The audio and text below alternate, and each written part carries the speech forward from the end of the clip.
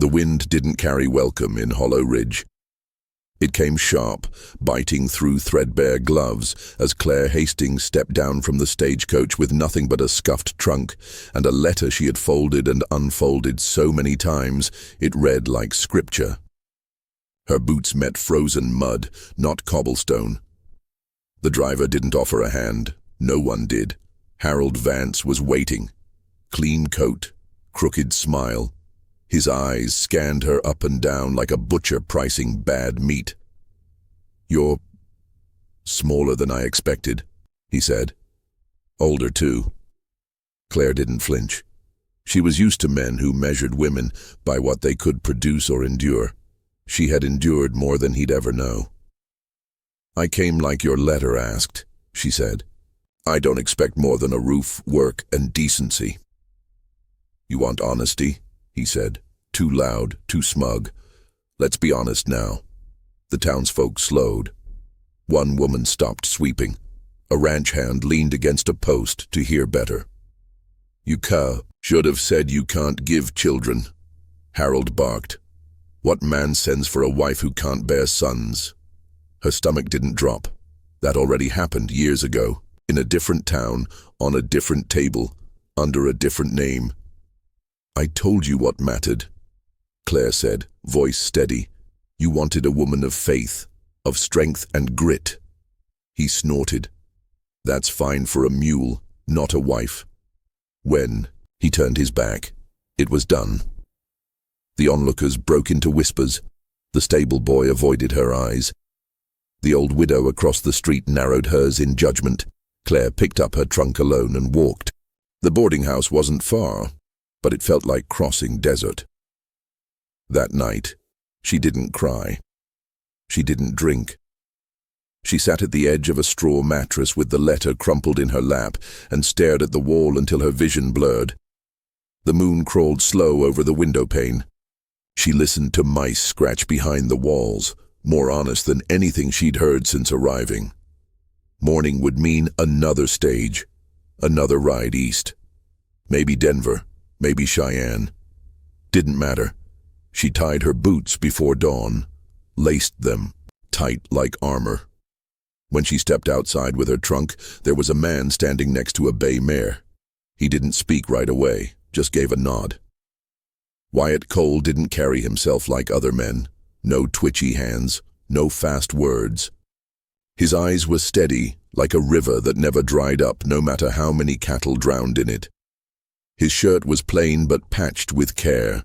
The girl beside him clung to his coat, a little thing, maybe 6, with dark hair and pale eyes, her lips pressed into silence. "You're leaving," he said. "I am," she answered. "You were sent for." "Was," she corrected. "Until I wasn't good enough." He looked down at the girl. "She doesn't speak. Not since her mother passed. Fire took our barn, took more than that." Claire blinked, slow. "I don't need a wife," Wyatt said. "Don't need a cook or a lover. I need someone who won't spook easy, who can teach Lily things I can't." She looked at the child. The girl didn't flinch or smile. She only stared back, silent but watchful. "You offering me charity?" Claire asked. "I'm offering a second chance," he said. "For her. For you, for me, maybe." She didn't answer right away. He didn't push. By noon, her trunk was tied behind his saddle. The ride was quiet. Claire didn't fill it with talk. She let the hoofbeats do the speaking. The sun crawled overhead while the land changed from crowded fences to open brush, from clamor to stillness. When they reached his homestead, it wasn't much to look at. Battered barn, leaning fence, cabin with missing shingles. But it smelled like soil, not rot. She unpacked, not because she was sure, but because she wasn't leaving yet. Lily kept her distance, watching from behind door frames. She didn't speak, didn't cry, just watched, like a deer waiting for gunfire. Wyatt said little, rising before dawn, feeding horses, hauling wood. Claire joined in. She didn't wait to be asked. She scrubbed the porch, trimmed the brush near the chicken coop, found the draft in the chimney and sealed it. She found Lily's drawings under the bed, crayon and charcoal, the same house drawn over and over, sometimes with fire in the windows. Claire didn't ask, just left a blank book on the girl's pillow the next day. By the week's end, Wyatt handed her the rifle. "You ever shoot?" She didn't answer, just lifted it, sighted down the barrel, and fired into the fence post. The wood splintered. He nodded once. That night, they sat on the porch. Not together, not apart. The stars came out like they always had, but tonight she noticed their pattern. The wind carried less bite here. "I had a son once," she said. Wyatt turned slightly, listening. He didn't live more than an hour. Wasn't time to name him. Wyatt didn't offer condolences. Just listened. "Doctor said my body couldn't take another," she added. "My husband agreed, left by the month's end." Wyatt shifted in his seat. "She calls for her mother. In her sleep," he said. "Screams when the wind gets strong." Claire nodded. "The fire?" "Something worse after," he said. The silence. They didn't speak again that night, but she noticed his shoulders weren't as tense after. Days blurred. She cleaned the root cellar, fixed the chicken wire, mended Lily's boots. In return, Lily started sitting closer, still quiet, still watching. But her gaze softened. One morning, Claire found a fresh sketch on the table. Her, Lily and Wyatt. The cabin behind them whole and smoke-free. She didn't say anything, just folded it carefully and placed it in the drawer beside her comb. The next day, Wyatt handed her a ledger. Cattle numbers, land taxes, inheritance from his father's claim, nearly gone. "Can't run the ranch alone anymore," he said. "Don't have enough men. Can't trust the ones left." She flipped through pages, tracing numbers with a finger. "What do you need?" she asked. "More than muscle," he said. "Brains, guts, loyalty." "I don't come cheap," she said. "I don't pay with coin," he replied. "I pay with home." She closed the book. "Then I'll earn it." That night, Lily placed a daisy on Claire's pillow. Not much, just a flower, but it meant more than any ring. Claire lay awake, eyes open to the ceiling, and for the first time in years, her chest didn't feel hollow. She wasn't a bride. She wasn't a guest. She wasn't a mistake. She was becoming something else. Something more. Something rooted. And outside, under a sky with no ceiling, the wind no longer carried shame, it carried promise. Claire woke before the sun, boots already laced, hands raw from yesterday's work. The cabin creaked with wind, but it was the kind that didn't bite anymore, just whispered through the eaves like it was used to her now. The place still smelled of old timber and horses, but it smelled like hers too. She stepped outside into frost and silence, and for the first time since she left St. Louis, her chest didn't feel like a hollow drum. Wyatt was chopping wood again. He didn't speak, neither did she. The rhythm of the axe said enough. Lily sat on the porch drawing in her new book, small fingers smudged with charcoal. Her silence had weight, but not fear anymore, just thought, stillness. Claire didn't need to ask what the day would bring. Feed the hens, patch the barn wall before snow drove in, clear the back paddock of brush. She moved like she'd always lived here, like she'd been carved from the same rock as this land. And the land responded. It let her walk without challenge now. The hens stopped scattering. The mare stopped kicking. Wyatt watched from a distance, always watching but never hovering. He fixed things without asking, handed her tools like they'd been sharing chores for 20 years. The girl began following her from task to task. No words, just presence. She'd hold nails while Claire hammered, carry a small bucket while Claire dug. Once, Lily brushed a strand of Claire's hair away from her face. Claire didn't flinch. She just nodded, kept working. That night, Claire cooked rabbit stew, and Wyatt didn't correct her measurements. When they sat to eat, Lily slid her bowl closer to Claire's. Afterward, Wyatt poured her a drink. Not strong, just warm. You learn fast, he said. I had to. He sat across from her, arms resting heavy on the table. She watches you. I know. She hasn't done that with anyone since. She trusts what she sees. Claire said, That's more than most folks. Wyatt nodded. I'll be honest. I thought you'd leave the first week. So did I. Claire turned her cup in her hand. You've got ghosts here. I never denied it. She has nightmares. I know. What happened? He looked down at his drink, eyes shadowed. My wife wasn't sick, not until after Lily was born. Then came moods, anger, silence, thought it was just hard days. One night she locked the doors, lit the barn, wanted us gone, wanted peace. Claire sat still. I came back to smoke and screams, got Lily out, nothing else. He stared through her like the flames were still dancing. I buried the story before I buried the truth. Folks think it was lightning. I let them. Claire didn't.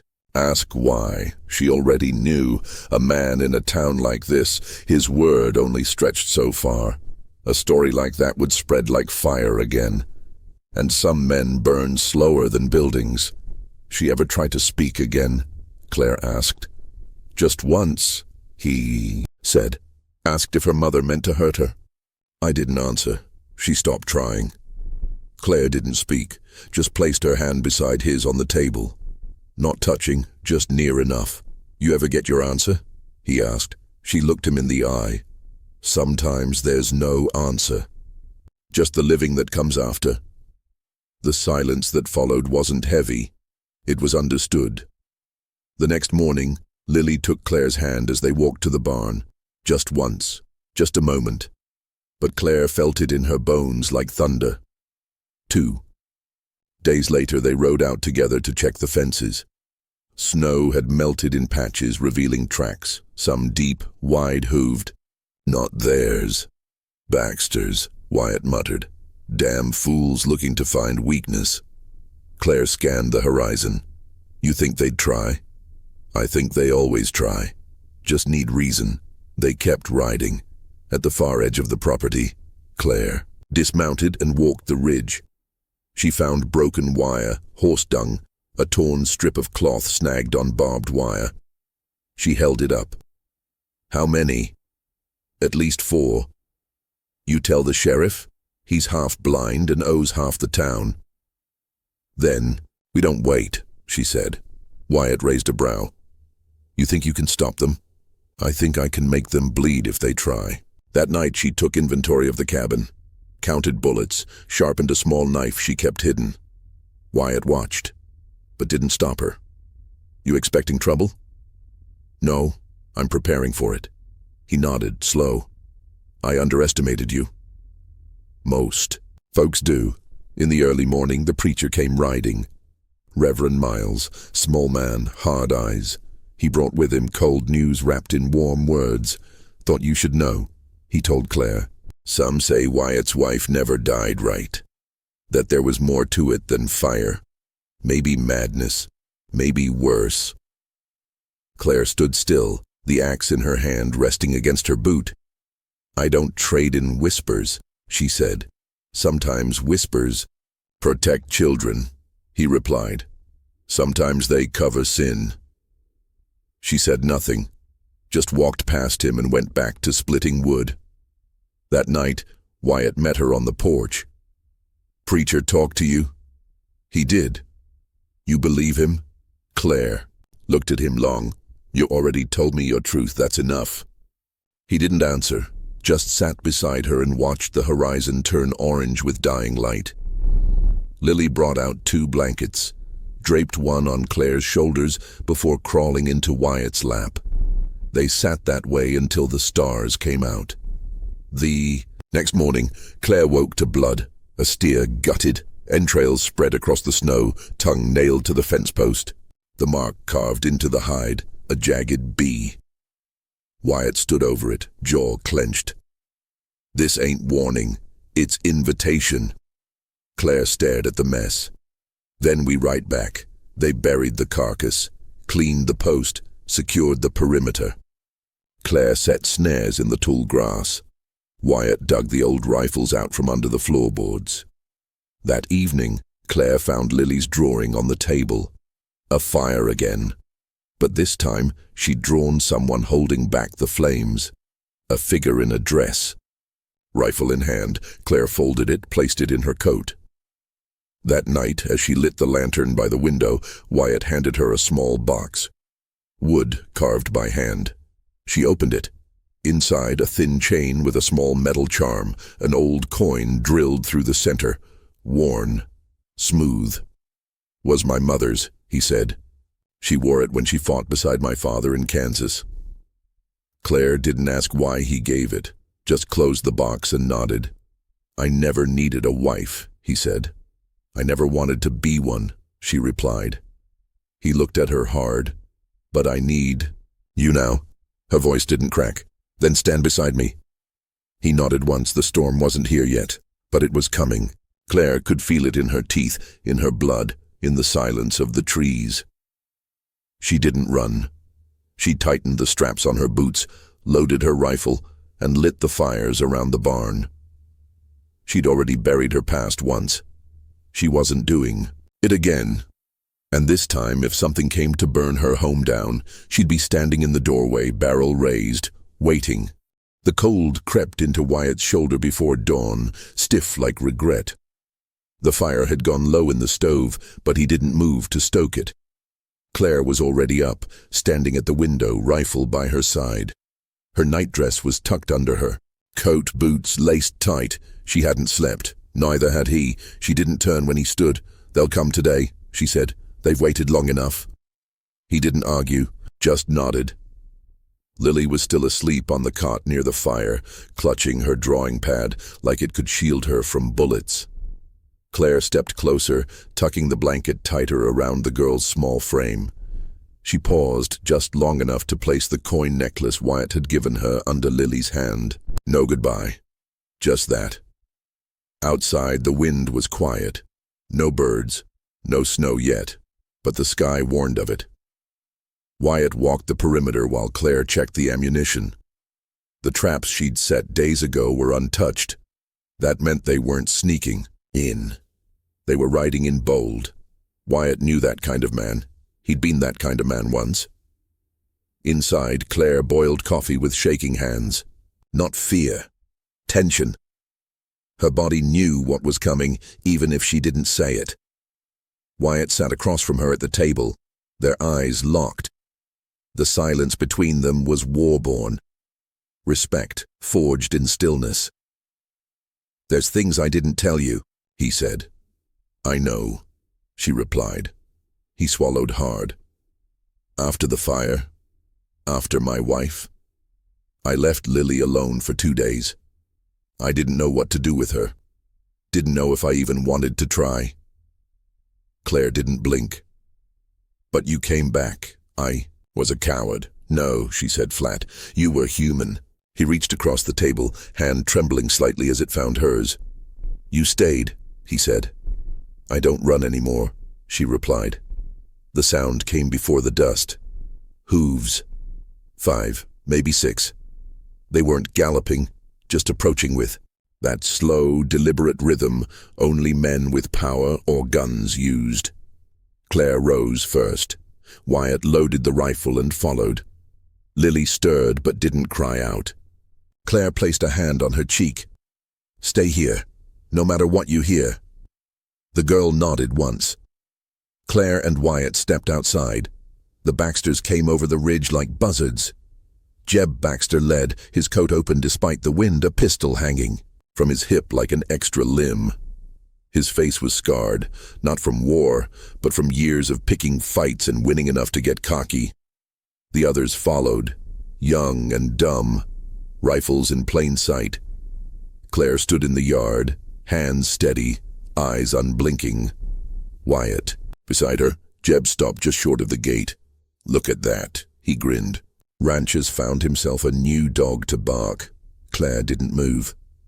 I bury dogs who come onto my land uninvited. He laughed, but no one else did. We're here for a little compensation, Jeb said. You've been keeping good cattle. Cole, time to pay up for peace. Wyatt stepped forward. You kill my steer, you gut it like a message, and now you want peace? Call it insurance. Claire raised the rifle. You'll leave, now, or we'll start with your knees. Jeb's face tightened. You know, woman, I heard you couldn't carry a child. Thought maybe your guts were soft, too.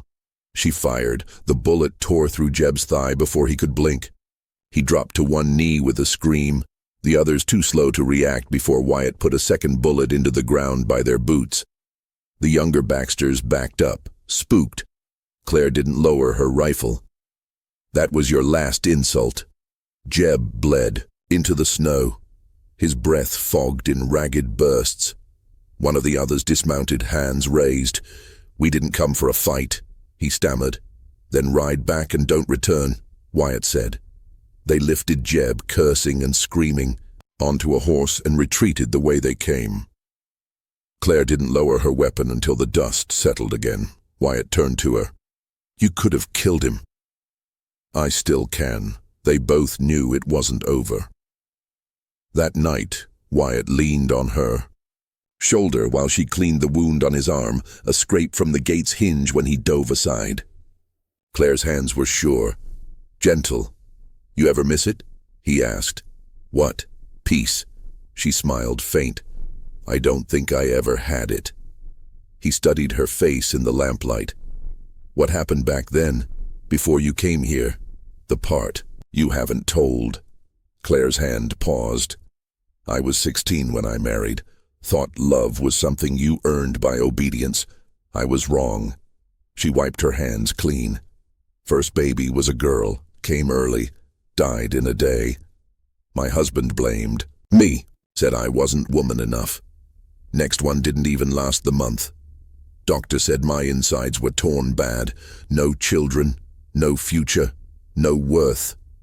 Wyatt didn't speak. I buried the babies myself, left the man with his fists and his liquor, took a train west, and swore I'd never let another man define me again. He reached for her hand, held it. You didn't lose your worth, he said. He never saw it. Claire looked at him long.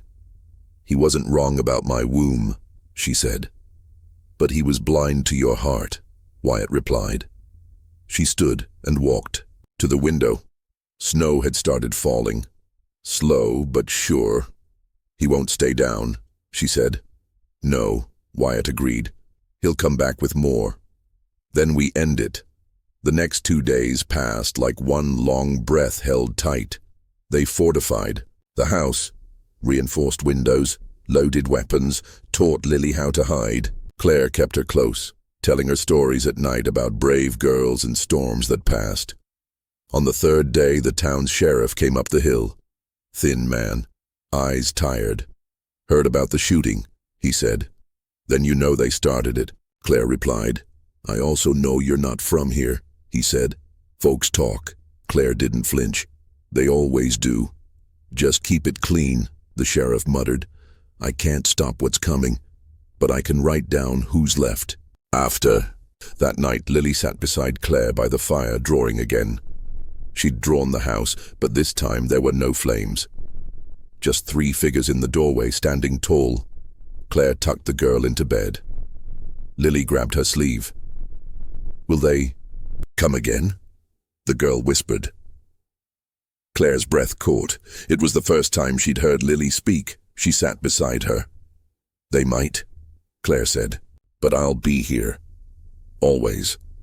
Lily pressed close. Promise. I swear it. Wyatt stood in the doorway, eyes full. She spoke to you. Claire nodded. He walked to the window. Outside, under the moon, were hoofprints in the snow. New ones. They were already here. The first shot shattered the quiet like a bottle thrown against rock. Claire jerked from sleep, already reaching for the rifle. Wyatt was ahead of her, limping toward the door, his shoulder still stiff from the last encounter. Outside, the snow glowed pale blue, soft and deceptive, blanketing the yard in a false peace. Another shot rang out closer. The window shattered, glass slicing through the edge of the table. Lily screamed. Claire grabbed the girl, pulled her to the floor, shielding her body with her own. She could hear boots crunching outside. 3 men. Maybe 4. One was shouting, but the words were muffled by the wind. Wyatt braced himself by the front wall, sighting down the barrel of his rifle. "We hold them here," he said. Claire nodded, forcing her breath slow. "They want us scared. Don't give them the pleasure." The first man appeared near the barn. Black coat, shotgun. Claire didn't hesitate.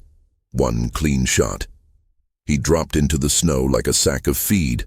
Another came from the east side, firing wildly toward the porch.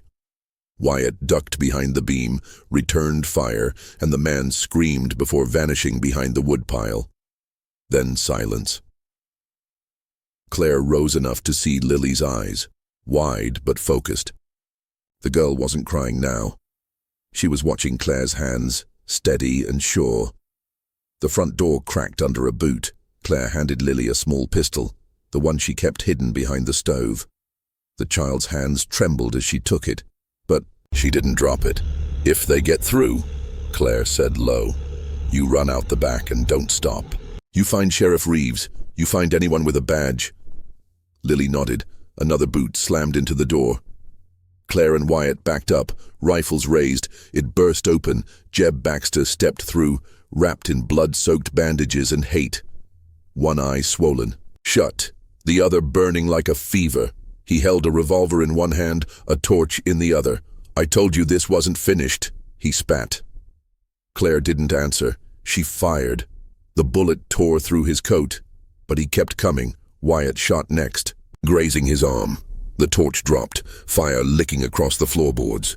Jeb screamed, half in rage, half in pain, and fired blindly. Claire dove forward, knocked him back, rifle swinging hard into his jaw. He stumbled, hit the wall, but didn't fall.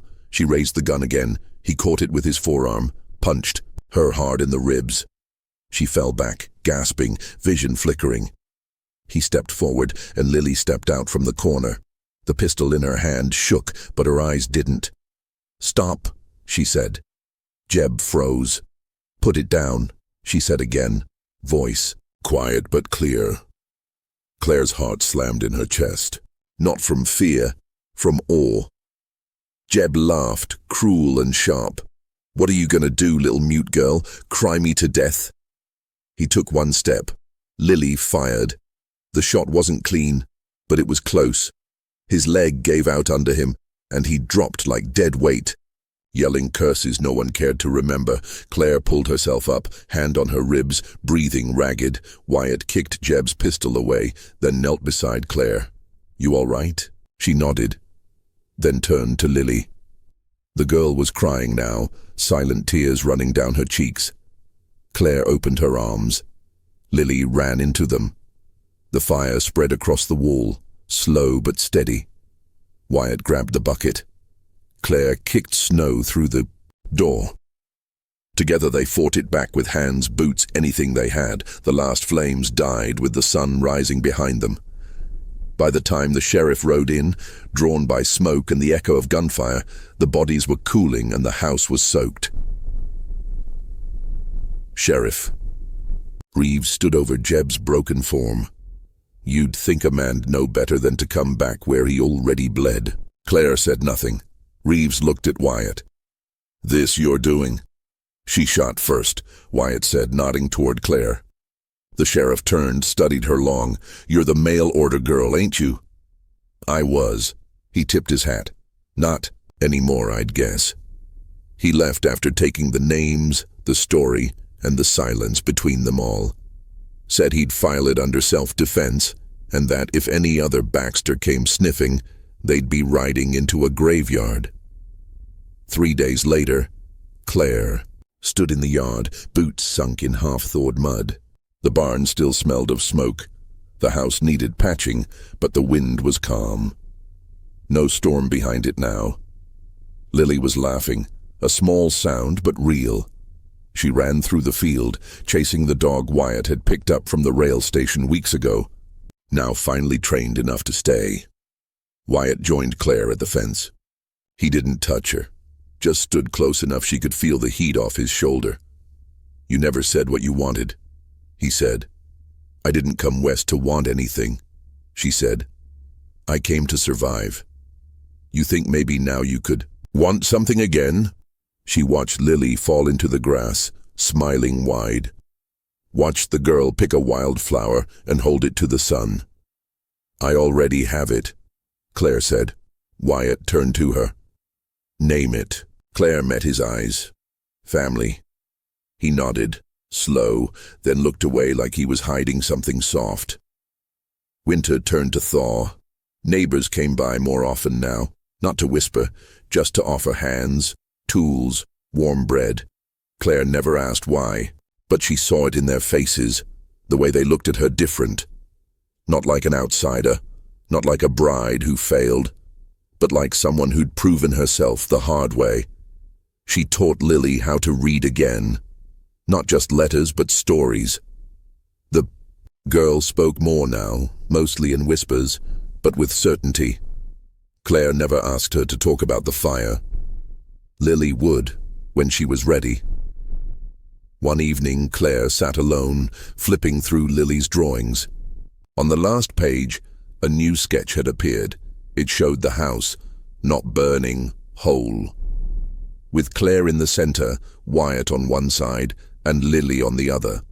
At the top, in shaky letters, one word had been written: home. Claire closed the book, set it on the mantel, and stared into the fire. Not every woman bore children, but she'd borne something else. Trust, love, a life worth fighting for, and that was more than enough. Outside, the wind carried no judgment now, only peace.